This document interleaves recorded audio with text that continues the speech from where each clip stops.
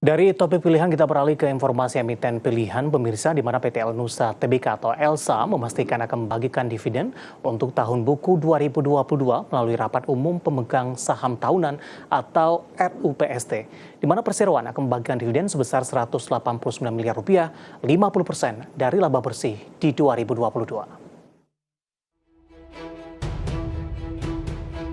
Dikutip dari siaran pers perseroan, PT Elnusa Tbk akan membagikan dividen sebesar Rp189 miliar atau setara 50% dari laba bersih tahun buku 2022.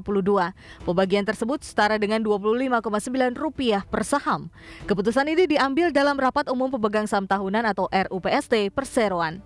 Corporate Secretary PT Elnusa Tbk Asmal Salam dalam siaran pers mengatakan, tahun 2022 adalah tahun di mana Elnusa berhasil bangkit dari tekanan yang melanda sejak pandemi 2020.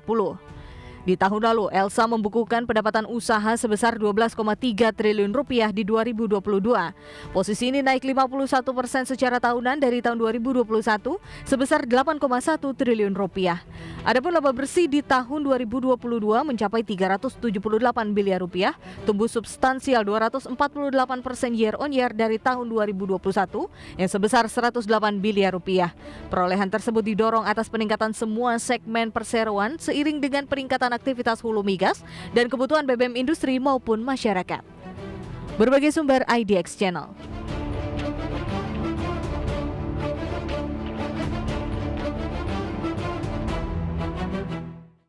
Dari sisi fundamental kita beralih ke informasi teknikal pemirsa. Langsung saja kita ke grafis yang pertama. Kita akan coba lihat bagaimana pergerakan saham ELSA di sepanjang perdagangan hari ini. Mulai dari pembukaan sesi pertama, penutupan di sesi pertama hingga pembukaan sesi kedua. Dan saya akan sampaikan nanti update pergerakan saham ELSA ini di beberapa menit jelang penutupan sesi kedua hari ini. Dibuka di sesi pertama pada pagi tadi di level 338. Kemudian saham ELSA menguat ke level 340 hingga ke 342 dan tampaknya ini merupakan level tertinggi di sepanjang perdagangan hari ini. Ya, ada di 342, dapat Anda abaikan grafis yang ada di layar televisi Anda, bukan 761, tapi merupakan angka 342 pemirsa. Kemudian pada pukul 10.30, penguatan lebih ke arah terbatas ke 338 sampai dengan penutupan sesi pertama pada siang tadi dan level yang sama untuk ELSA di pembukaan sesi kedua. Di mana di sepanjang perdagangan hari ini ELSA tadi sempat menyentuh ke zona merah pemirsa, di mana menyentuh di zona merah di level 334. Sementara di beberapa menit jelang penutupan sesi kedua hari ini, saham ELSA bergerak di level 338 menguat di 0,60%. Kita bergeser ke grafis selanjutnya. Pergerakan saham ELSA di beberapa bulan terakhir dapat Anda saksikan juga di layar televisi Anda pemirsa. Di Januari bergerak di level sekitaran 320, di mana di perdagangan Januari secara intraday-nya sebenarnya ELSA sempat menyentuh ke level terendahnya di bawah 300-an, tepatnya di 292. Kemudian di perdagangan Februari bergerak tipis di 311, di perdagangan Maret ini mengalami penguatan yang cukup signifikan di 331, tapi secara intraday-nya ELSA sempat menyentuh di atas level 337.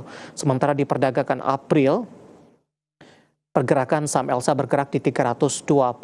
Sementara di perdagangan Maret sebelumnya ini juga sempat mengalami koreksi yang cukup dalam. Di perdagangan Mei, saham ELSA mencoba untuk menguat meskipun dari sisi range pergerakan lebih cenderung bergerak di zona merah pemirsa dan berada di level 323 di perdagangan Juni. Dan perdagangan terutama perdagangan hari ini ELSA menyentuh ke level 338 setelah tadi secara intraday-nya sempat menyentuh di level 342.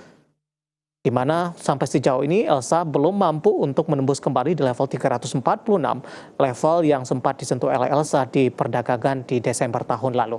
Nah, bagaimana dari sisi valuasi? Apakah masih menarik atau tidak dengan beberapa indikator yang ada?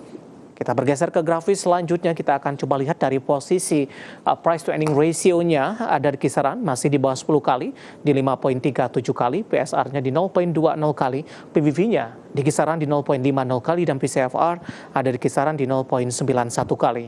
Kombinasi secara fundamental, teknikal, dan juga dari sisi valuasi, dan semoga bisa menjadi salah satu referensi untuk Anda.